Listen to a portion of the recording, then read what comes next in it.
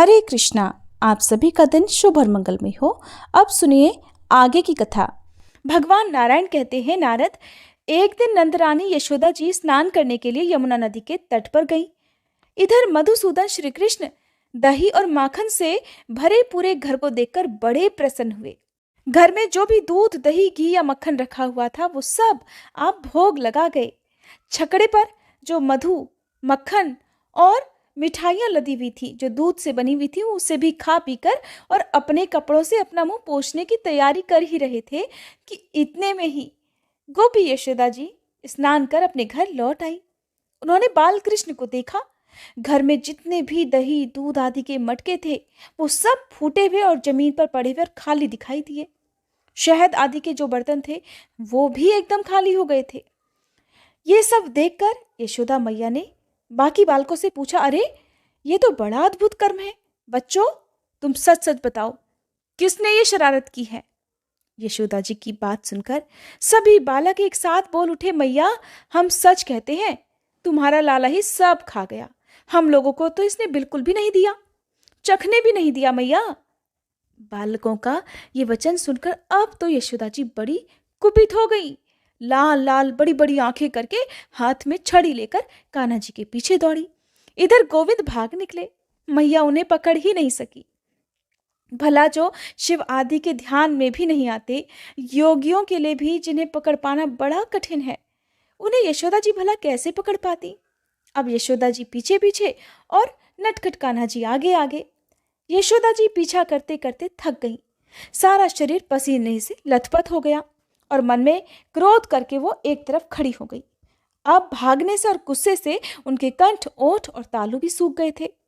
अब ऐसे तो भगवान का पीछा करके उनको पकड़ पाना बड़ा ही कठिन था, लेकिन अपनी माँ को इस प्रकार थकी हुई देखकर कृपालु पुरुषोत्तम जगदीश्वर श्री कृष्ण मुस्कुराते हुए उनके सामने ही आकर खड़े हो गए। अब खुद ही सोचिए उस माँ की मनोदशा क्या होगी जिसके घर में कई हफ्तों का जमा हुआ दूध, दही, घी, मक्खन और दूध से बनी हुई मिठाइयाँ कोई एक पल में ही चट कर जाए। अब जब अपने ही घर का बालक इतनी बड़ी शरारत करे तो उसे सजा देना, उसे सुधारना भी तो जरूरी होता है ना।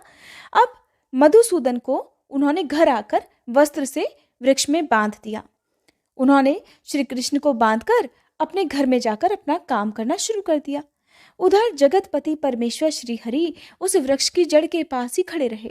हे नारद, श्री कृष्ण के स्पर्श मात्र से ही वह पर्वताकार वृक्ष, बड़ा भयानक, बड़ा विशाल वृक्ष सहसा ही भयानक शब्द करके वहीं गिर पड़ा। उस वृक्ष से सुंदर वेशधारी एक दिव्य पुरुष प्रकट हुआ। वह रत्नमय अलंकारों से विभूषित गौरवर्ण और किशोर अवस्था का था। स्वर्णमय श्रृंगार से विभूषित जगदीश्वर श्री कृष्ण को प्रणाम करके वह दिव्य पुरुष मुस्कुराता हुआ दिव्य रथ पर आरूढ़ हो गया और अपने घर को चला गया। वृक्ष को गिरते हुए देखकर यशोदा जी भय से त्रस्त हो गई। उन्होंने सोचा, अरे इसी वृक्ष से तो मैंने अपने कान्हा को बांध कर रखा था। इस वृक्ष को गिरने से कहीं मेरे लाल को कुछ हो तो नहीं गया। ये सोचकर वो रोते हुए, दौड़ते हुए अपने बालक के पास आई। वहां पर उन्होंने कान्हा जी को स्वस्थ देखा तो उन्होंने अपने लाल को उठाकर छाती से लगा लिया। इतने में ही गोकुल के सभी गोप और गोपियां उनके घर में आ पहुंची। वे सब की सब लगी यशोदा जी को फटकारने कि इतने छोटे से बालक को इतनी बड़ी सजा देना कहाँ की बुद्धिमानी है। अब उन सभी ने प्रसन्नतापूर्वक शिशु की रक्षा के लिए शांति कर्म किया। अब सारी गोपियां यशोदा जी को समझाने लगी, कहने लगी, नंदरानी, इतनी वृद्धावस्था में तो तुम्हें बड़ी मुश्किल से ये पुत्र प्राप्त हुआ है।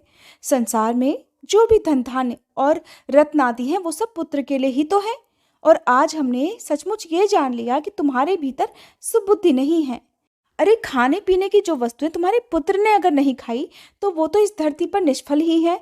अरे ओ निष्ठुर, तुमने दही दूध के लिए अपने इतने नन्हे लाला को वृक्ष की जड़ में बांध दिया और स्वयं घर के कामकाज में लग गई।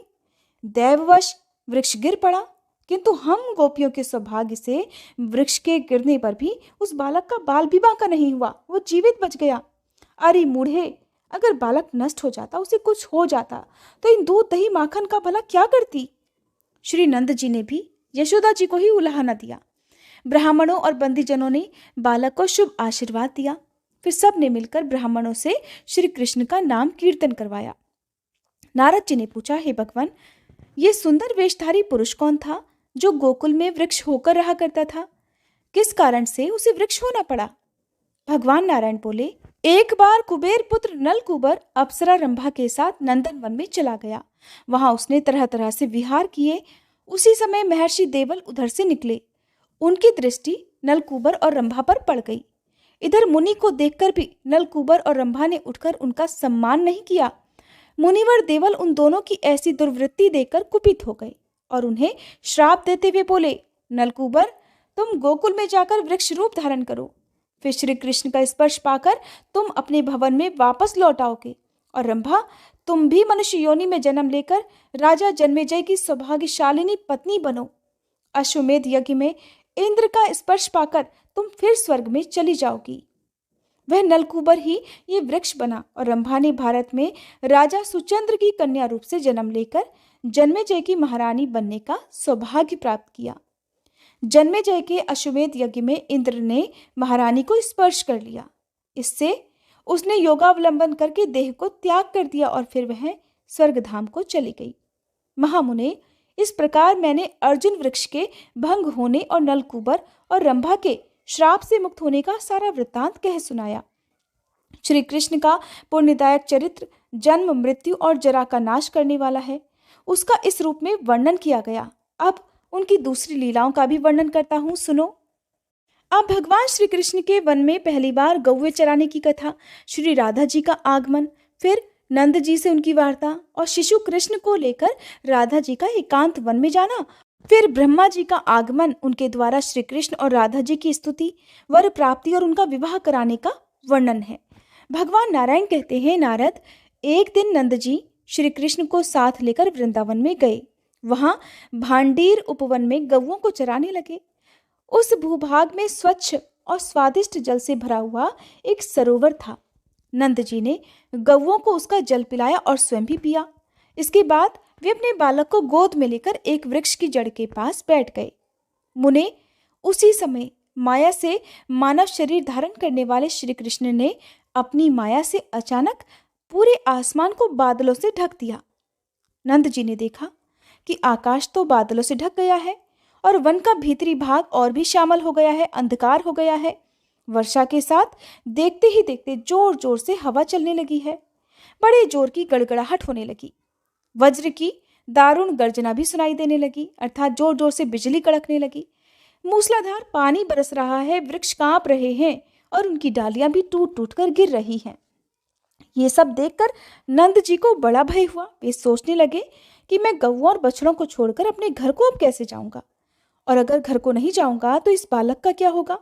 नंद जी इस प्रकार सोच ही रहे थे कि उसी समय श्री कृष्ण जल की वर्षा के भय से रोने लगे। उन्होंने पिता के गले को जोर से पकड़ लिया। ठीक उसी समय राधा जी श्री कृष्ण के पास आई और वे अपनी गति से राजहंस और खंजन के गर्व का भंजन कर रही थी। उनकी आकृति बड़ी मनोहर थी। उनका मुख शरतकाल की पूर्णिमा के चंद्रमा की आभा को भी छीन लेता था। उनके नेत्र शरतकाल के मध्याह्न में खिले हुए कमलों की शोभा को भी तिरस्कृत कर रहे थे। दोनों आंखों में तारा, बरौनी और अंजन से विचित्र शोभा हो रही थी।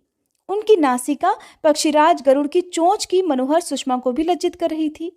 श्री राधा रानी की छवि अत्यंत मनमोहक थी। टेढ़ी भौहें कामदेव के अस्त्रों की सारभूता जान पड़ती थी, जिनसे वे योगीराज के मन को भी मोह लेने में समर्थ थी। वे अपने स्थल कमलों की कांति को चुराने वाले दो सुंदर चरण धारण करती थीं। वे चरण रत्नमय आभूषणों से विभूषित थे। उनमें महावर लगा हुआ था। श्रेष्ठ मणियों की शोभा छीन लेने वाले लाक्षाराग रंजित नखों से उनकी शोभा और भी बढ़ रही थी। रत्नमयी अंगूठियों से उनकी उंगलियों की शोभा भी बढ़ रही थी। वे अग्निशुद्ध, दिव्य और कोमल वस्त्र धारण किए हुए थी। उनकी अंग कांति मनोहर चंपा के फूलों की प्रभा को भी चुरा रही थी। उनके एक हाथ में सहस्त्र दलों से युक्त उज्जवल क्रीड़ा कमल सुशोभित था और वे अपने श्रीमुख की शोभा देखने के लिए हाथ में रत्नमय दर्पण भी लिए हुए थी। उस निर्जन वन में उन्हें देखकर नंद जी को बड़ा विस्मय हुआ। वे करोड़ों चंद्रमालाओं की प्रभा से संपन्न होकर दसों दिशाओं को प्रकाशित कर रही थी। नंदराय जी ने उन्हें प्रणाम किया। उनके नेत्रों से आंसू झरने लगे और मस्तक भक्ति भाव से झुक गया। वे बोले, देवी, गर्ग जी के मुख से आपके विषय में सुनकर मैं ये जानता हूँ कि आप श्री हरि की लक्ष्मी जी से भी बढ़कर प्रेयसी हो। साथ ही मैं ये भी जान चुका हूँ कि ये श्याम सुंदर श्री कृष्ण महाविष्णु से भी श्रेष्ठ, निर्गुण और अच्युत हैं। फिर भी मनुष्य होने के कारण मैं भगवान विष्णु की माया से मोहित हूँ। भद्रे, अपने इन प्राणनाथ को ग्रहण करो और जहाँ तुम्हारी मौज हो, जहाँ तुम्हारा मन हो, वहाँ चली जाओ। अपना मनोरथ पूर्ण कर लेने के बाद मेरा ये पुत्र मुझे लौटा देना। ऐसा कहकर नंद जी ने भय से रोते हुए बालक को राधा जी के हाथ में दे दिया। राधा जी ने बालक को ले लिया और मुख से मधुर हास प्रकट किया। वे नंद से बोली, बाबा, ये रहस्य किसी दूसरे पर प्रकट ना हो, इसके लिए यत्नशील रहना। बाबा, अनेक जन्मों के पुण्य फल का उदय होने से तुमने आज मेरा दर्शन प्राप्त किया है। गर्ग जी के वचन से आप इस विषय के ज्ञाता हो गए हो और हमारे अवतार का सारा कारण भी जानते हो। हम दोनों के गोपनीय चरित्र को कहीं कहना नहीं चाहिए। अभी आप गोकुल में जाओ। ब्रजेश्वर, आपके मन में जो भी अभीष्ट है वो मुझसे मांग लो। उस देव दुर्लभ वर को भी मैं तुम्हें अनायास ही दे सकती हूँ। श्री राधिका का ये वचन सुनकर नंद जी कहने लगे, देवी, तुम प्रेतम सहित अपने चरणों की भक्ति मुझे प्रदान करो। दूसरी किसी वस्तु की इच्छा मेरे मन में है ही नहीं। जगदम्बिके, हे परमेश्वरी, तुम दोनों के सन्निधान में रहने का सौभाग्य हम दोनों पति पत्नी को कृपा पूर्वक दे दो। नंद जी का ये वचन सुनकर परमेश्वरी श्री राधा बोली, हे ब्रजेश्वर, मैं भविष्य में आपको अनुपम दास्य भाव प्रदान करूंगी। इस समय हमारी भक्ति आपको प्राप्त हो। हम दोनों के चरण कमलों में आप दोनों की भक्ति दिन रात बनी रहे। आप दोनों के प्रसन्न हृदय में हमारी परम दुर्लभ स्मृति निरंतर होती रहे। मेरे वरदान के प्रभाव से माया आप दोनों पर अपना आवरण नहीं डाल सकेगी और अंत में मानव शरीर का त्याग करके आप दोनों ही गोलोक में पधारोगे। ऐसा कहकर श्री कृष्ण को दोनों बाहों से सानंद गोद में लेकर श्री राधा अपनी रुचि के अनुसार वहां से दूर ले गई। श्री कृष्ण का स्पर्श होते ही उनका सर्वांग पुलकित हो उठा और उन्होंने रास मंडल का स्मरण किया। इसी बीच में राधा जी ने माया द्वारा निर्मित उत्तम रत्नमय मंडप देखा, जो कि सैकड़ों रत्नमय कलशों से सुशोभित था। तरह तरह के विचित्र चित्र उस मंडप की शोभा बढ़ा रहे थे। विचित्र काननों से वह सुशोभित था। सिंदूर की सी कांति वाली मणियों द्वारा निर्मित सहस्त्रों खंभे उस मंडप की श्री वृद्धि कर रहे थे। उसके भीतर चंदन, अगरू, कस्तूरी और केसर के द्रव्य से युक्त मालती मालाओं के समूहों से पुष्पशैया तैयार की गई थी। वहां नाना प्रकार की भोग सामग्री इकट्ठा थी। दीवारों में दिव्य दर्पण लगे हुए थे। श्रेष्ठ मणियों, मुक्ताओं और माणिक्यों की मालाओं के जाल से उस मंडप को बड़ी सुंदरता से सजाया गया था। उसमें मणिन्द्र सारचित किवाड़ लगे हुए थे। वह भवन बेल बूटों से विभूषित वस्त्रों और श्रेष्ठ पताका समूहों से सुसज्जित था। कुमकुम के समान रंग वाली मणियों द्वारा उसमें 7 सीढ़ियां बनाई गई थी। उस भवन के सामने एक बगीचा था जो रंग बिरंगे फूलों से सुशोभित था, जिन पर भौरे गुंजार कर रहे थे। देवी राधा उस मंडप को देखकर बड़ी प्रसन्नता के साथ उसके भीतर चली गई।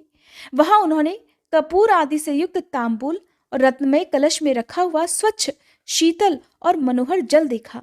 नारद, वहां सुधा और मधु से भरे हुए अनेक रत्नमय कलश शोभा पा रहे थे। उस भवन के भीतर पुष्पमयी शैया पर एक किशोर अवस्था वाले श्याम सुंदर कमनीय पुरुष सो रहे थे, जो अत्यंत मनोहर थे। उनके मुख पर मंद मुस्कान की छटा छा रही थी। वे चंदन से चर्चित और करोड़ों कंदर्पों की लावण्य लीला से अलंकृत थे। उन्होंने पीतांबर पहन रखा था। उनके मुख और नेत्रों में प्रसन्नता छा रही थी। उनके दोनों चरण मणिन्द्र सार निर्मित मंजीर की झनकार से अनुरंजित थे। हाथों में उत्तम रत्नों के सार तत्व से बने हुए केयूर और कंगन शोभा दे रहे थे। उत्तम मणियों द्वारा रचित कांतिमान कुंडलों से उनके गंड स्थल की अपूर्व शोभा हो रही थी। मणिराज कौस्तुभ उनके वक्ष स्थल में अपनी उज्जवल शोभा बिखेर रहा था। त्रिभंग चूड़ा अर्थात चोटी धारण किए हुए वे उस रत्न मंडप को निहार रहे थे। राधा जी ने देखा कि मेरी गोद में तो बालक है नहीं और इधर वे नूतन यौवनशाली पुरुष दृष्टिगोचर हो रहे हैं अर्थात दिखाई दे रहे हैं। ये देखकर सर्व स्मृति स्वरूपा होने पर भी राधा जी को बड़ा विस्मय हुआ। रासेश्वरी उस परम मनोहर रूप को देखकर अत्यंत मोहित हो गई। वे प्रेम और प्रसन्नता के साथ उनके मुखचंद्र की सुधा का पान करने लगी। उनकी पलकें झपक ही नहीं रही थी। मन में प्रेम विहार की लालसा जाग उठी। उस समय राधा जी का सर्वांग पुलकित हो उठा। वे मंद मंद मुस्कुराती हुई प्रेम वेदना से व्यथित हो उठी। तब तिरछी चितवन से अपनी ओर देखती हुई मुस्कुराते मुखारविंद वाली श्री राधा से वहां श्री कृष्ण ने इस प्रकार कहा। श्री कृष्ण बोले, राधे, गोलोक में देव मंडली के भीतर जो वृतांत घटित हुआ था उसका तुम्हें स्मरण तो है ना? प्रिय, पूर्व काल में मैंने जो कुछ स्वीकार किया है उसे आज पूर्ण करूंगा। सुमुखी राधे, तुम मेरे लिए प्राणों से भी बढ़कर प्रियतमा हो। जैसी तुम हो वैसा मैं हूं। निश्चय ही हम दोनों में कोई भेद नहीं। जैसे दूध में सफेदी, अग्नि में जलाने की शक्ति और पृथ्वी में गंध होती है, इसी प्रकार मैं तुम में व्याप्त हूं। साध्वी, जैसे आभूषण शरीर की शोभा का कारण होते हैं, उसी प्रकार तुम मेरी शोभा हो। जब मैं तुमसे अलग हो जाता हूं तब लोग मुझे कृष्ण अर्थात काला कलूटा कहते हैं, और जब तुम साथ हो जाती हो तो वे ही लोग मुझे श्री कृष्ण अर्थात शोभाशाली श्री कृष्ण की संज्ञा दे देते हैं। तुम श्री हो, तुम ही संपत्ति हो और तुम ही आधार स्वरूपिणी हो। तुम सर्वशक्ति स्वरूपा हो और मैं अविनाशी सर्वरूप हूँ। जब मैं तेजस स्वरूप होता हूँ तब तुम तेजो रूपिणी हो जाती हो। जब मैं शरीर रहित होता हूँ तब तुम भी अशरीरिणी हो जाती हो। सुंदरी, मैं तुम्हारे संयोग से ही सदा सर्व बीज स्वरूप होता हूँ। ब्रह्मा, अनंत, शिव, धर्म, नर, नारायण, ऋषि, कपिल, गणेश और कार्तिकेय जी भी मुझे प्रिय हैं। लक्ष्मी, सरस्वती, दुर्गा, सावित्री, प्रकृति, ये देवियां और देवता भी मुझे प्रिय हैं। फिर भी वे राधा नाम का उच्चारण करने वाले प्राणियों के समान प्रिय नहीं हैं।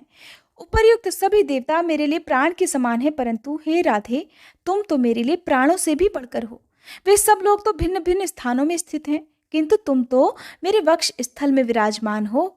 जो मेरी चतुर्भुज मूर्ति अपनी प्रिया को वक्ष स्थल में धारण करती है, वही मैं श्री कृष्ण स्वरूप होकर सदा स्वयं तुम्हारा भार वहन करता हूँ। जो जीवन भर 16 उपचार अर्पित करके मेरी सेवा करते हैं, उन पर मेरी जो प्रीति होती है, वही प्रीति राधा शब्द के उच्चारण से होती है, बल्कि उससे भी अधिक प्रीति राधा नाम के उच्चारण से होती है। राधे, मुझे तुम उतनी प्रिय नहीं हो जितना तुम्हारा नाम लेने वाला प्रिय है। राधा नाम का उच्चारण करने वाला पुरुष मुझे राधा से भी अधिक प्रिय है। ऐसा कहकर श्री कृष्ण उस मनोरम शैया पर विराजमान हुए। तब राधिका जी भक्तिभाव से मस्तक झुकाकर अपने प्राणनाथ से बोली। राधा रानी ने भगवान श्री कृष्ण से जो कुछ भी कहा उसका वर्णन आप सभी अगले अध्याय में सुनेंगे। उम्मीद करती हूँ ये वीडियो भी आपको पसंद आई होगी।